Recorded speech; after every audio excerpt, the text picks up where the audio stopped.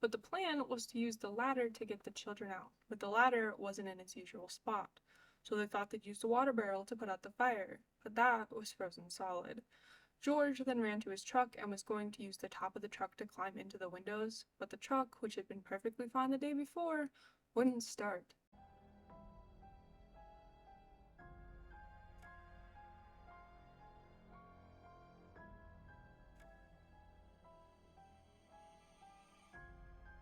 Well, hey, howdy, hi, welcome back to my channel. Thank you so much for stopping by to join me today. I really do appreciate it. My name is Ellie, and I'm a witch, and this over here is my teaching assistant, Andy, and today is day 9 of Killmas. So I've skipped a lot. There was originally supposed to be 9, okay, there was originally supposed to be 12 days of Killmas, and then it became 9 when I forgot to record audio with 3 of those videos, and then I tried to do this video, and my audio didn't record for this one either. So I'm thinking maybe it wasn't my fault the first time either. I think it's my camera. So we're doing it again. Here we are. So there's going to be like 4 more days, including this one. So like 9, 10, 11, and 12. So yeah, 4 days. Yeah. So I'm just gonna give myself a break. We're not gonna do the Christmas tarot readings. I'm still gonna do 'Twas the Night Before Christmas. That's more for myself. I don't really think anybody else cares. But yeah, so like this true crime video, 2 more, and then I'm gonna be reading 'Twas the Night Before Christmas, then we're done with the series. Finally. It has been a headache and a half, and I am over it. But I digress. Today will be the case of the Sodder children, and I've realized that I have a theme lately. I just keep talking about a lot of like child deaths, and I don't know why. It just happened, and I apologize, but I'm sure it's gonna continue. I didn't mean to do it, but here we are. So the Sodder children. This one is less a murder though, and this one's more disappearance. It's just a strange case, I think is the best way to put it. But if you're not interested in true crime, I do have a couple of other series on my channel where I talk about cryptids and history. And I've had a lot of fun videos this month, so I recommend you go and check them out. But I'm gonna stop rambling and we're gonna go ahead and jump into the video. So to talk about the Sodder children, I am gonna jump a little bit back in time and we're gonna start with George Sodder. Now, George Sodder was born Giorgio Sotto in Italy, and when he was about 13 years old, he traveled with his older brother to America, and his brother went back home to Italy. However, George did decide to stay, and he became known as George Sodder. However, he did refuse to talk about why he had left his home in Italy, and people kind of knew not to press the issue. He was able to find work in Pennsylvania at the railroads, though, and he later settled into trucking in Smithers, West Virginia. Now, this work really suited him, and he even began his own trucking company. So, the company originally hauled filling dirt, but it later moved on to hauling coal, and it was while in Smithers that George met a storekeeper's daughter by the name of Jenny Cipriani, and she had actually come from Italy as a young girl as well, and the two hit it off, going on to get married. And after they were married, they moved near Fayetteville, which had a very large Italian immigrant community, and the couple had a 2-story timber frame home where they settled in and started their family, and they ended up having 10 children in total. The family quickly became a respected part of the community. However, many people opposed George's strong views and outspoken nature. In particular, he caused a stir when he opposed Italian dictator Benito Mussolini. Now, eventually Mussolini was of course executed for his crimes, and most of the community understood where George had been coming from, but it didn't mean there were no hard feelings left. In October of 1945, a door-to-door life insurance salesman knocked on the Sodder family's door. He was, however, rebuffed by George, and the salesman in return remarked to George that his home would, quote, go up in smoke and your children will be destroyed, end quote. But George brushed it off, assuming the man was just upset about his comments regarding Mussolini and he was being cruel for it. But then another visitor to the home, someone who had been seeking work, told George that the fuse boxes would cause a fire someday. And this confused George. He had just had the house rewired when they had an electric stove installed, and he hadn't done the rewiring. A local electric company had worked on it, and they told the family it was perfectly safe. So once again, George brushed it off as the other man not knowing what he was talking about. But then George's older sons began to notice a strange car a few weeks before Christmas. Now, this car's occupants seemed to be watching the younger Sodder siblings as they walked home from school. And for clarity's sake, all of the children's names are, and in order of age, Joe, John, Marion, George Jr., Maurice, Martha, Louis, Jenny, Betty, and Sylvia. Now, Joe was no longer at home, which left the 9 siblings. So the Sodder family celebrated on Christmas Eve rather than Christmas Day, and the Christmas Eve of 1945 was no different. Now, the kids had a very exciting day, as one would assume, and they asked to stay up later than usual, which Jenny did agree to on the conditions that the 2 oldest Sodder boys had been awake, Maurice and Louis brought the cows in, and that the chickens were fed. So after she told the children to do their chores, Jenny took her youngest daughter to bed. Then around 12:30 the next morning, the phone rang, and Jenny answered it. On the other end was a woman whose voice she didn't recognize, and the woman was asking for people she didn't know. So she told the woman she had the wrong number and hung up, but she noted that the woman had a very weird laugh. Jenny then noticed that the lights were still on and the curtains were open, but only Marion was in the living room. She had fallen asleep on the couch, so Jenny assumed the rest of the children had gone up to bed already, so she turned off the lights and closed the curtains before returning to bed herself. And then around 1 a.m., Jenny awoke to something hitting the roof and then rolling off, but then silence, so she ignored it and fell back asleep.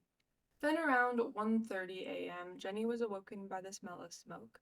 After looking around for a brief moment, she realized that the phone lines and fuse box in George's office were on fire.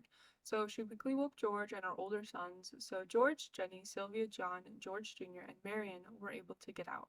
The parents had attempted to get their other children, but the stairs had already been engulfed in flames, and so they tried to yell for them with no response.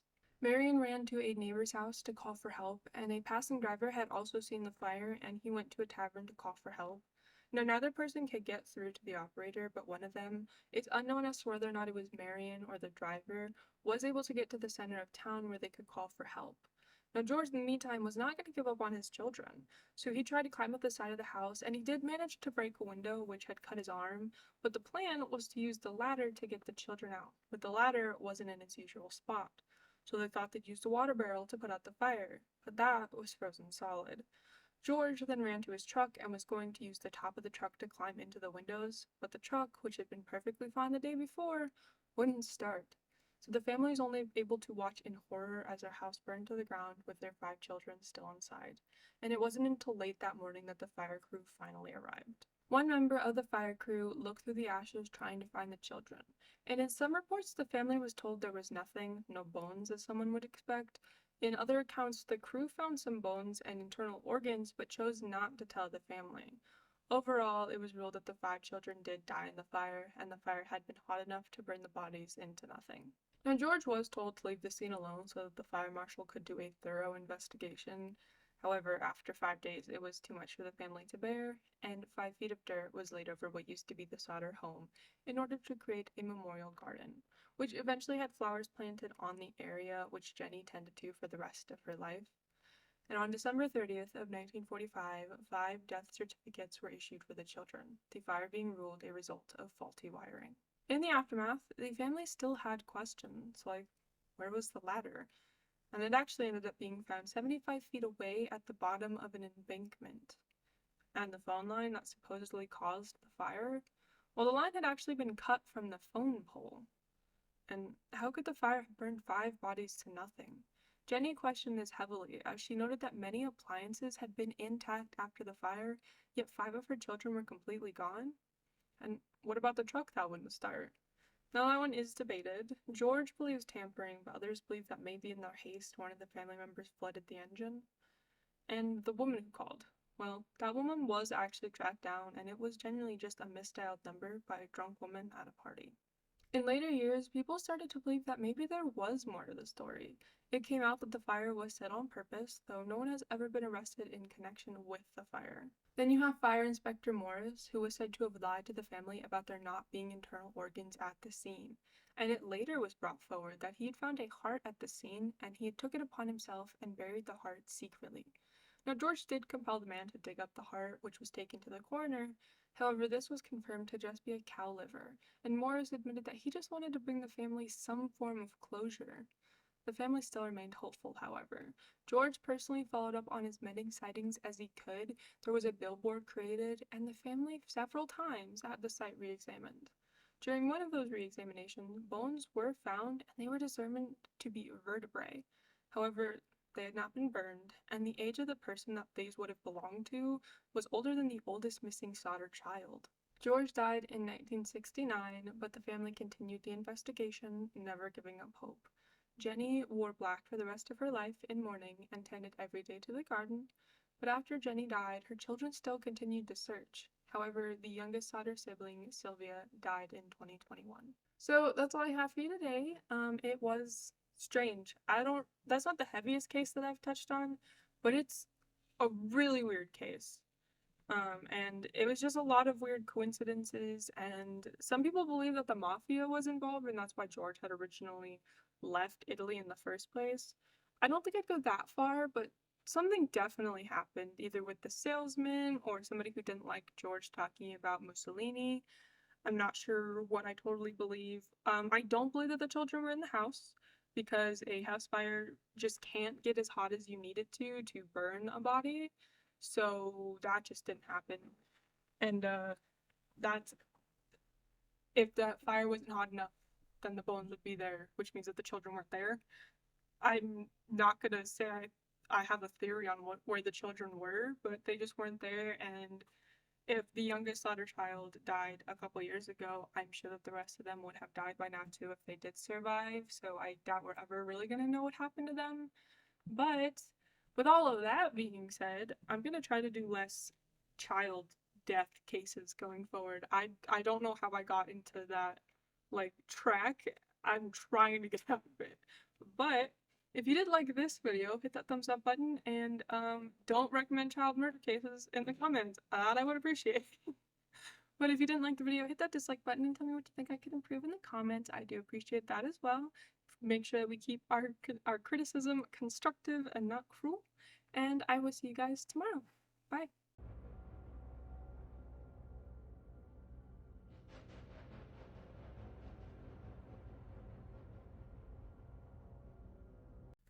I'm also realizing, thanks to my cat, I did forget to put up Andy's night present, so just movie magic. It's been there the whole time.